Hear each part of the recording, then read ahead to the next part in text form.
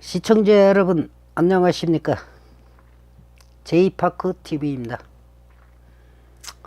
오늘부터 한 300회에 걸쳐 우리의 역사를 갖다가 영상으로 만들어 방송을 해볼까 합니다. 가장 최근의 왕조를 갖다가 구성했던 조선의 역사를 영상으로 만들어 보내볼까 합니다. 그런데 이 역사라는 것이 각종 이해를 돕기 위한 도표나 차트가 필요한데 제가 영상 장비나 편집 기술이 없다 보니까 그냥 이야기 형식으로 인물 중심, 사건 중심으로 만들어 볼까 합니다. 우선 조선을 얘기하기 전에 이성계의 고려말 행위를 갖다 먼저 재조명해 봐야 될 것 같습니다. 당시에 고려는 원이 쇠락하고 중국 대륙에 명이 태동하게 됩니다.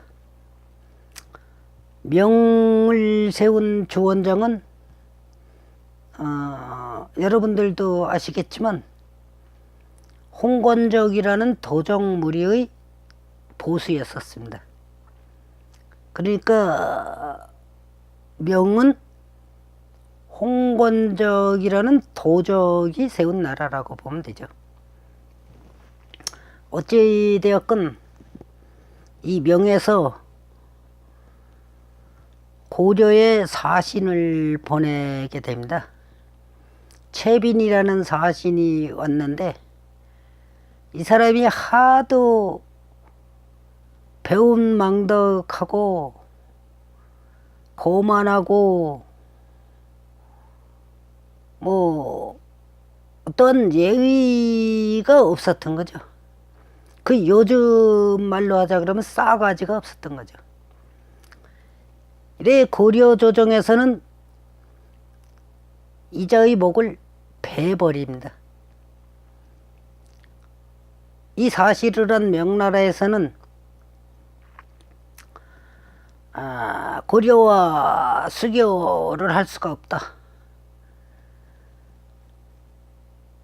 하면서 채빈을 죽인 값으로 부녀자 1,000명, 학생 1,000명, 내시 1,000명, 소와 말 각 1,000필씩을 보낼 것을 요구합니다. 이런 소식을 들은 고려의 실권자 최영은 비장하게 각오를 하게 됩니다. 사태의 심각성에 비추어 우리가 먼저 명을 공격해야 되겠다. 즉 선수를 쳐야 되겠다 얘기죠. 왜냐하면 신생국에 이러한 것을 보낼 수는 없다 이렇게 생각한 겁니다. 이런 마당에 명이 요동 땅에 천령이를 둔다고 하였습니다. 그러니까 지배관청을 갖다가 설치한다는 얘기죠. 근데 이 천령이에 속해 있는 땅이 고려 북부의 상당 부분을 차지하는 겁니다. 그렇지 않아도 명의 일전을 갖다가 치르려고 했었는데 땅까지 내어놓으라고 하니 최영은 요동을 정벌할 결심을 하게 되는 겁니다. 이리하여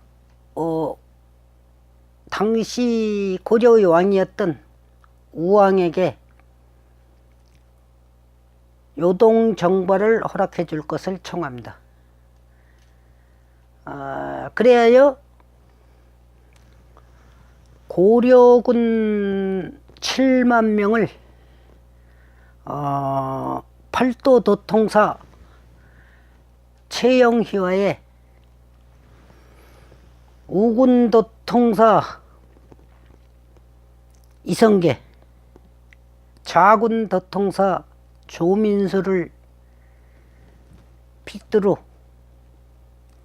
요동 정벌에 출정하게 됩니다.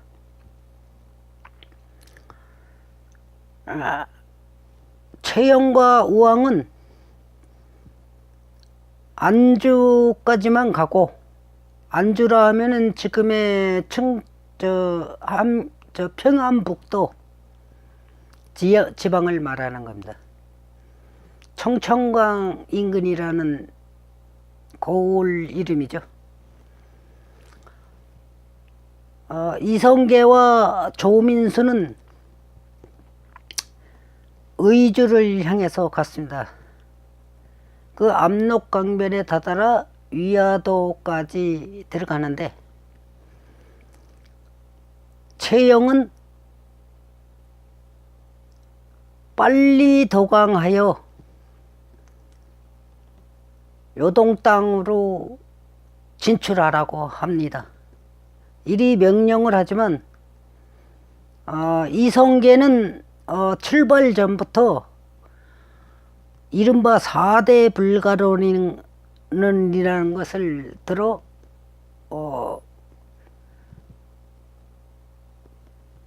요동 정벌에 반대를 했었습니다.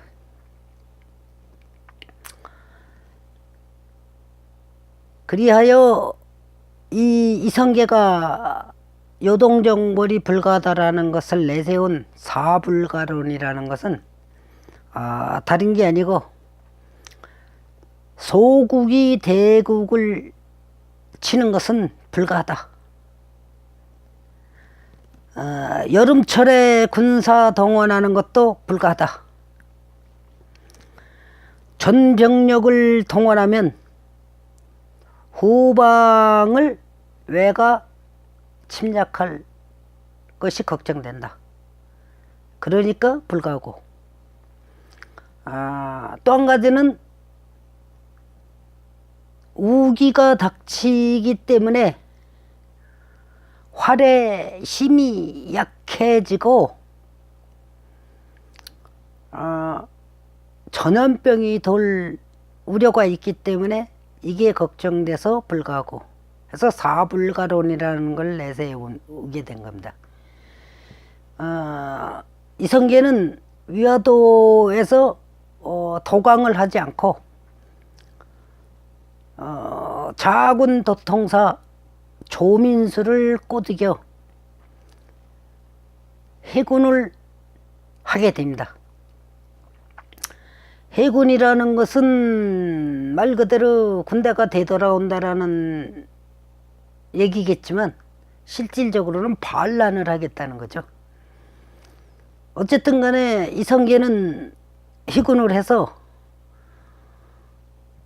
남아있는 병사가 없는 고려 도성을 점령해 버립니다. 결사항전을 했지만 팔도 도통사 실권자인 최영은 체포돼서 처형되게 됩니다. 이성계는 거기에 그치지 않고 우왕을 패하고 창왕을 옹립합니다. 창왕은 우왕의 아들인데 이 창왕도 패하게 됩니다. 공민왕의 자손이 아니고 신돈의 자식이라는 이유로 적통인이 아니다. 그러니까 왕이 될 수 없다 해서 패합니다. 그리고 공영왕을 세웁니다.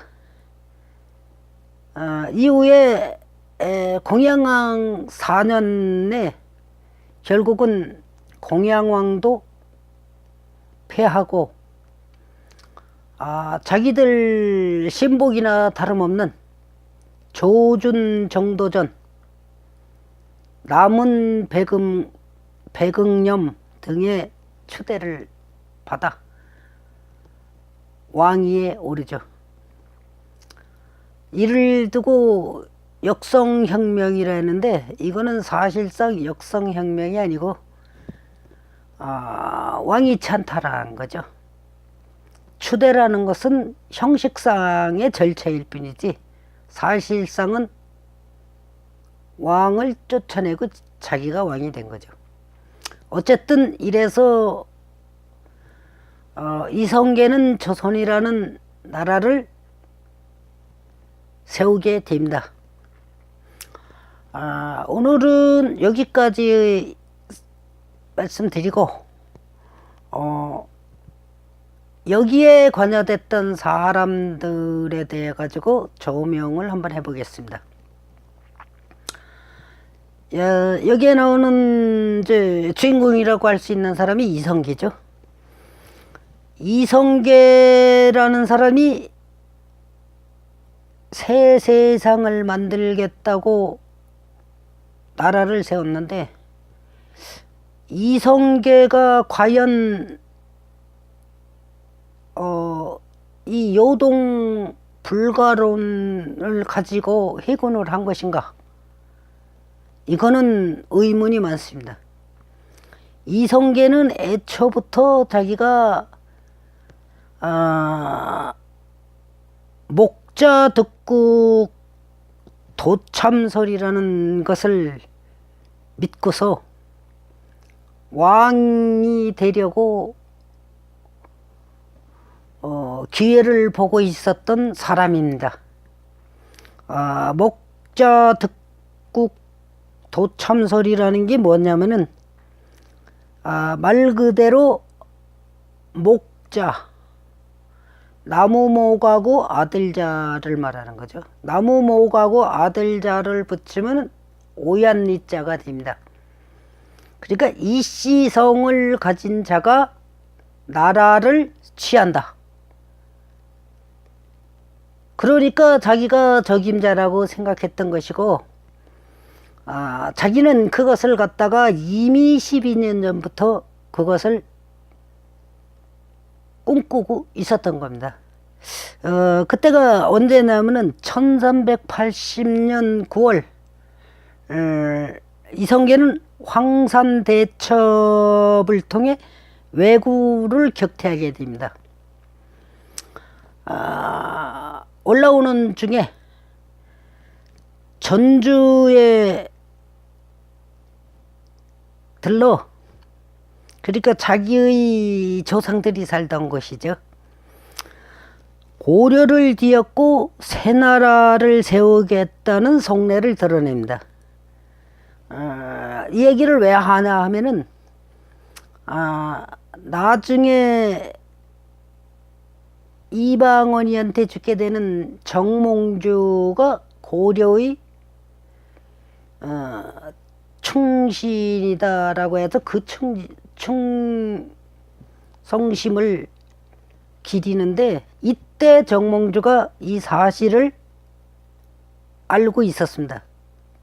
이성계가 있었던 그 자리에 있었으니까요. 어쨌든 간에 오래전부터 이성계는 자기가 왕을 해보려고 호시탐탐 노리고 있었던 것입니다. 그리고 여기에 나오는 인물이 또 하나가 누구냐면 이성계 왕 되는 데 있어 가지고 빼놓을 수 없는 인물이 정도전이죠. 정도전이라는 사람도 이 사람은 개혁을 하겠다고 하고 있지만 실질적으로 정도전이를 개혁가로 보느냐, 이거는 여러 가지 설이 많습니다. 정도전이가 나중에 이방원이한테 피살되는데, 정도전이가 자기가 설한 대로 진짜 백성과 나라를 위해서 이성계를 옹립하여 고려를 뒤엎었다 그러면은 이 사람이 욕심을 버렸어야 되는데, 이 사람은 자기 욕심을 채우려고 이성계의 다섯째 아들 이방원이하고 대립과 갈등으로 죽을 때까지 지냅니다. 그리고 실질적으로 실권을 다 잡고 있었죠. 그런 걸로 봐가지고는 이 정도전이를 정의로운 사람이라고, 또는 백성을 위해서 살았던 사람이라고 보긴 힘들 것 같습니다. 왜냐하면은 그 당시 많은 사람들이 그를 갖다가 나라를 팔아서 자신의 사리를 채우고 스승과 벗을 해야 한 사람이라고 하는 이가 많기 때문입니다. 그리고 이 사람한테 가장 문제가 있었던 것은, 이 사람이 진정으로 나라를 위했다라고 보기 힘든 것이 무엇이냐면은, 고려의 왕족들, 그 종친들을 속여서 바다에 빠뜨려서 죽인 사람입니다. 그러니까 어떻게 보면은 사람 죽이는 것도 아무렇지 않게 생각했다고 볼 수 있겠죠. 그리고 여기에서 하나 이제 또 나오는 말이 두문동이라는 얘기가 나옵니다. 이성계가 나라를 세우고 나가지고 고려 유신들을 두문동이라는 만수상 골짜기에 살고 있는 충절을 지킨 사람들을 몽땅 불을 놓아서 죽입니다. 이 사람들이 진짜 충신이라고 인정할 수 있는 것은, 불이 나와가지고 불에 타 죽으면서도 한 명도 나오지 않고 그 안에 있던 사람은 다 죽었습니다. 이 두문동 얘기는 뭐 여러 실록에도 나와 있지만, 가장 그래도 정확한 것이 이 두문동 충신들의 한 명인 성사제의 후손이 그의 조상에 관한 일을 기록한 두문동 실기가 남아서 거기에 기록된 것이 전해지고 있습니다. 그 두문동 충신들을 가리켜서 두문동 72현이라고 하는데, 그 대표적인 인물이 신규, 조의생, 임선미, 이경, 맹호성, 그리고 이 기록을 남겼다는 성사제 등 72인입니다. 그래가지고 이 일로 인해 가지고 조금 유래된 말이 두문불출이라는 말을 우리가 많이 쓰죠.